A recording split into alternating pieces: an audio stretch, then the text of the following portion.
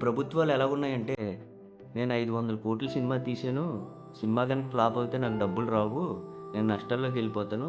నాకు టికెట్ల రేట్లు పెంచుకోనివ్వండి అంటే, పాపం మన ప్రభుత్వాలు చాలా మంచి హృదయంతో పాపం వీడు 500,00,00,000 సినిమా తీసాడు కదా అని ఇమ్మీడియేట్‌గా రూ. 200 టికెట్లు 500, రూ. 1000 500, 1000 చేసేసుకో. నువ్వు ఫ్యాన్ షోలు ఏసుకో, బెనిఫిట్ షోలు ఏసుకో అని పర్మిషన్ ఇస్తున్నారు.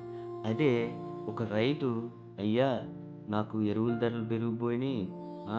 కూలి పని ధరలు పెరిగిపోయినియి. పురుగుల మందు ధరలు పెరిగిపోయినియి. ఆ! నాకు ఎకరాకి 50,000 పెట్టుబడి అయిపోతుంది.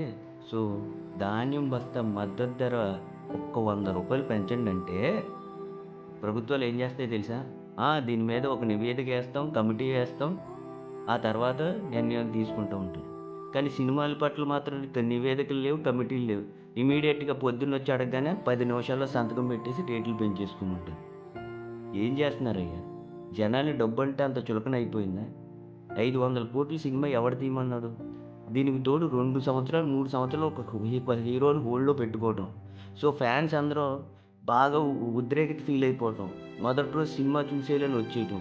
ఆ తొక్కిసలాటలో జనాలు చచ్చిపోవడం. ఆ! ఇదంతా ఎవరు చేస్తున్నారు? ఎవరు తీయమన్నారు? సత్తా లేకపోతే 500,00,00,000 సినిమా నీకెందుకు? టికెట్లు పెంచకుండా సినిమా ఆడించలేవా? 2 వారాల్లో మీ డబ్బులొచ్చేయాలా? ఇదివరకు 50 రోజులు, 100 రోజులు, 200 రోజులు సినిమాలు ఆడేవి కాదా? ఇప్పుడు అంత తొందర ఎందుకు మీకు డబ్బుకి? ఆ! నీ సినిమాలో దమ్ముంటే ఖచ్చితంగా వస్తది. మొన్న హైదరాబాద్‌లో ఒక తల్లి, కొడుకు. తల్లి చచ్చిపోయింది. కొడుకు ఇంకా హాస్పిటల్‌లో ఐసీయూలోనే ఉన్నాడు. ఆ! ఏ మొదటి రోజు సినిమా థియేటర్‌కొచ్చి నువ్వు చేయి చూపించాలా హీరో? ఒక 2 రోజులు ఆగొచ్చు కదా! మంచి యాంగ్జైటీ ఆకలి మీద ఉన్నారు కదా ఫ్యాన్స్. అలాంటప్పుడు థియేటర్ రావాలా? వచ్చావు, ఓ తల్లిని చంపేశారు. తర్వాత 5,00,000 నీ సినిమా 500,00,00,000 బడ్జెట్ నువ్విచ్చింది 25,00,000 దేనికి? ఒక ప్రాణం ఖరీదా? ఈ సినిమాకేమో 30,00,00,000-50,00,00,000 తీసుకుంటావు. ఏమో 100,00,00,000 ఏమో ఎవడికి తెలుసు? ఓ మనిషి చచ్చిపోతే పార్టీ ప్రభుత్వాలు ఎక్కడి నుంచైనా ఆలోచించండి.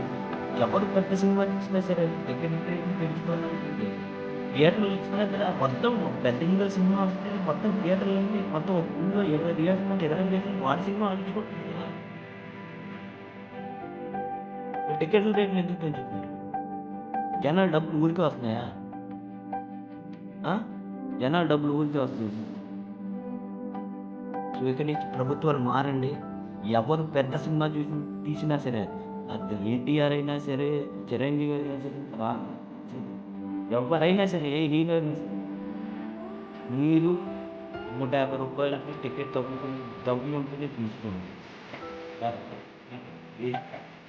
పాన్ ఇండియా కలేదు, కలేదు.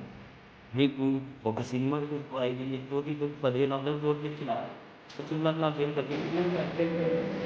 కాబట్టి అదే పెద్ద సినిమాకి చూడవచ్చు. పైగా నాకు కలిసి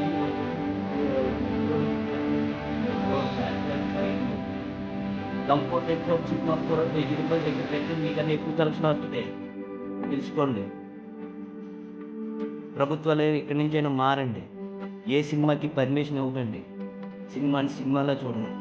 వీడియో మీకు నచ్చినట్టయితే ఖచ్చితంగా లైక్ చేయండి. లైక్ చేయడం మాత్రం మర్చిపోకండి. షేర్ చేయండి. మీకేమైనా కామెంట్స్ ఉంటే కామెంట్ చేయండి. Thank you.